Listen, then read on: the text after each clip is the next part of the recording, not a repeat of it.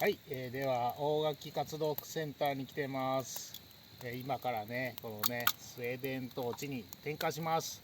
点火式です。いきます。てんてんてんてんてんてんてんてんてんてん。ちょっとこれじゃつかないか。もうちょっと細かいのとね。この辺のをねこうやってね置いとくとね、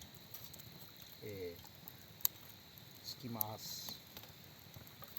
松ぼっくり1個でつくぐらいなので簡単に点火できるというこ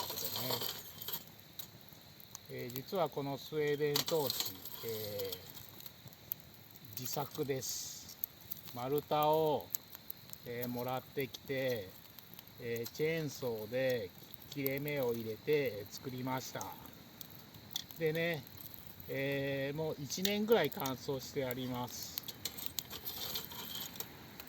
なので、簡単に着火するはず。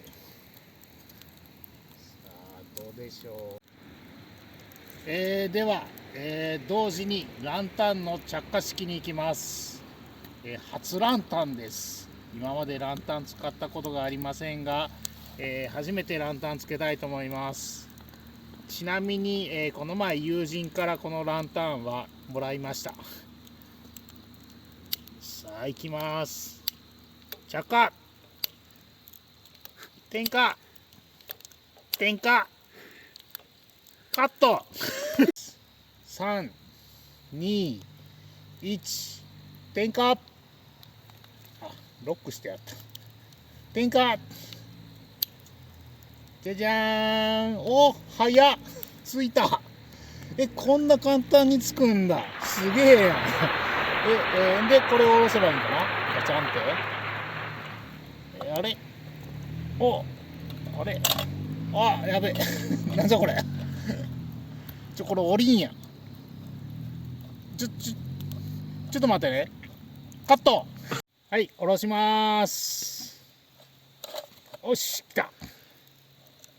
いいね。いい感じで燃えてます。ちなみにね、燃料は、今回は灯油を使っております。こっからね、灯油を入れて、燃やしております。なんかね、ランタンオイルとかあるみたいなんだけど、ランタンオイルは優しく、こう、なんていうかな、燃えにくい、灯油より燃えにくいので、静かに燃えるみたいで、灯油だと、まあこんな感じでボーボー燃えるような炎になるってなりますね。僕はこっちのが好きだな。ガンガン行きたいタイプだね、ガンガンね。はい。どうでしょう、このコラボ。右からスウェーデントーチ、焚き火台、そしてランタン。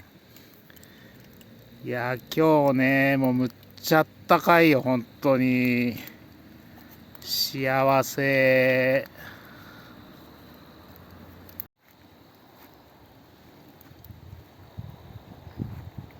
おいで。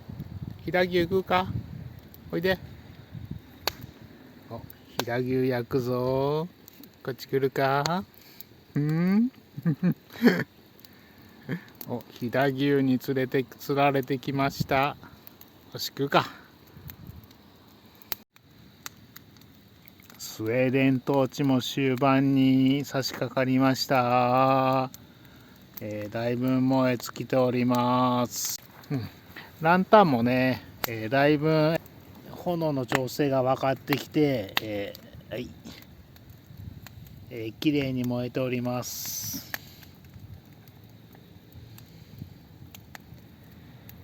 今日ね、もうちょっとで11月だよ。これはあったかいでしょう。スウェーデントーチ燃え尽きました。まあ開始してから4時間ぐらいかかったかな。慣れの果て。まあこんな感じになるんでね。あとは、焚き火台に入れて、燃え尽きます。